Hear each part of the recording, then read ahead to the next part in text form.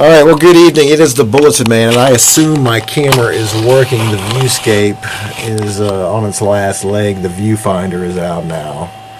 So, but it is blinking at me, so that's a good sign, I really do believe. Bulletinman on this January 14th joining you. It is a Thursday night, and I certainly hope you're enjoying this weather. 52 degrees out there today, a little chemtraily. Yes, indeed, they've been spraying us the last few days. But the weather has come back around, and it's I just love the warmer weather. And, people are in better mood too. They're a lot easier to get along with when it's warm weather. So the reason why I make another broadcast so soon, I've only got about 70 or 80 hits on the other one, so I usually wait till I get about 100 before I make another one. And if you like these broadcasts, tell a friend, share it with a friend.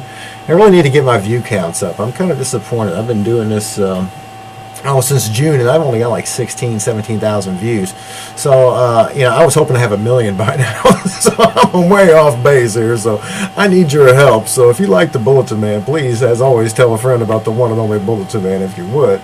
Though the reason why I'm making this special appeal is there is big trouble in River City. I got the day's leader, the copy of the leader today, and it looks like Mr. Kennedy is now, like I've told you guys for months, defaulting on his obligations. So maybe the Crystal City smelter will resolve itself, but I cannot believe someone is not running against Tom Shilley yet for mayor.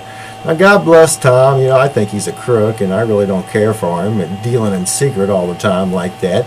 But I guess he's got some redeeming qualities. I mean, I think his heart maybe is in the right place. I honestly believe that they all got paid off over there with this smelter deal, but maybe those checks bounce too. I don't know, or maybe they just had some promise of a payoff. I seriously doubt Kennedy probably had was going to give them any money anyway, cash wise, but probably promised them a job or so. I'm sure there's some quid pro quo going on down there, but no one's even running against Tom. Now maybe Jack is just waiting for the last minute to stick his hat in the ring. I really believe that Jack Jennifer has the best incentive to run, has the most to lose in this whole smelter deal. He's right there. It's right in his backyard. But there's a lot of other folks in Crystal City who are going to lose out too. Property values in Crystal City have plummeted since the smelter deal has come to light, and of course the housing market has a lot to do with that.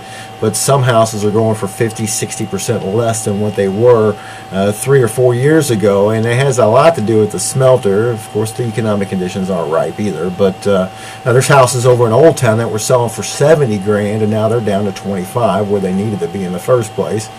But it's smelter madness in Crystal City, and Tom Shilley and the rest of the Crystal City City Council obviously drank the Jim Kennedy Kool-Aid, and but now that's all coming back up on them. So I really got to pray that someone's going to step up to the plate and run in Crystal City. Now, does Ryan Sutton live in Crystal City? I bet you he does. He's got a Crystal City post office box. So I wonder where Ryan lives at. Well, anyway, maybe he would be a good candidate for mayor.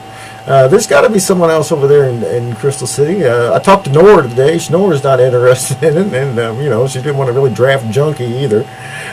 So we really don't know. I'm looking for someone to run for mayor. Someone who lives in Crystal City. Maybe Josh Lee. Hey, there you go.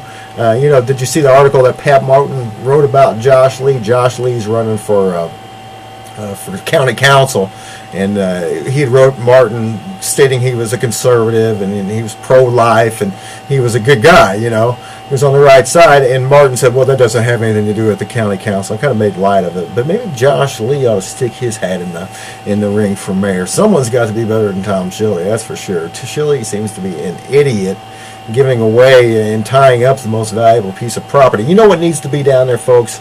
And God bless Tom Kerr. Tom's never even given me any money, folks. I've tried to get money out of Tom, and Tom just don't want to pony up any money, but I think he's still got the best idea, and that would be to put an amphitheater down there on that property, make it a park, an amphitype theater, and bring in groups like Rage Against the Machine or some other large acts. The Rolling Stones could come to town.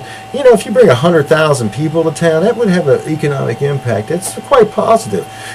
Crystal City Main Street would be jamming all the time. There would be all the hotels would be full. That's where it's at, folks. It's about bringing people to town, about tourism. And it's not about heavy industry, and especially smelters owned by the red communist Chinese who want to put a port in the middle of America to split America apart. And, I mean, that's just not good strategically.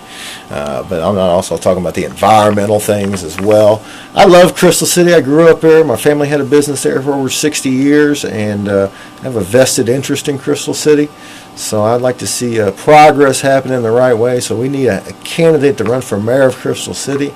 So if you know someone, please get on the phone and tell them they need to stick their hat in the ring. I believe the deadline is Tuesday, which is January 19th at 5 o'clock in the evening.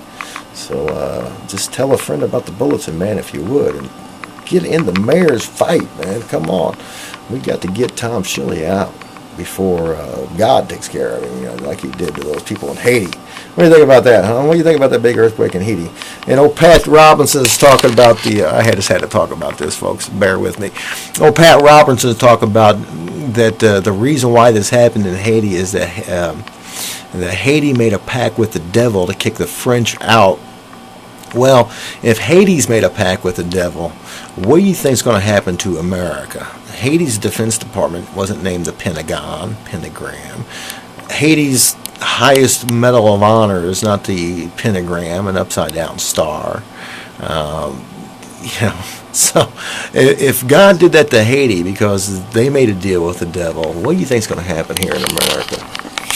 Prepare yourself, folks. Jesus is soon to come. That's the most important thing. All this politics and stuff down here on earth really ain't going to make a bit of difference, because soon and very soon we are going to see the King. So look up, our Redeemer draws nigh. But in the meantime, as always, tell a friend about the one and only Bulletinman if you would. God bless you.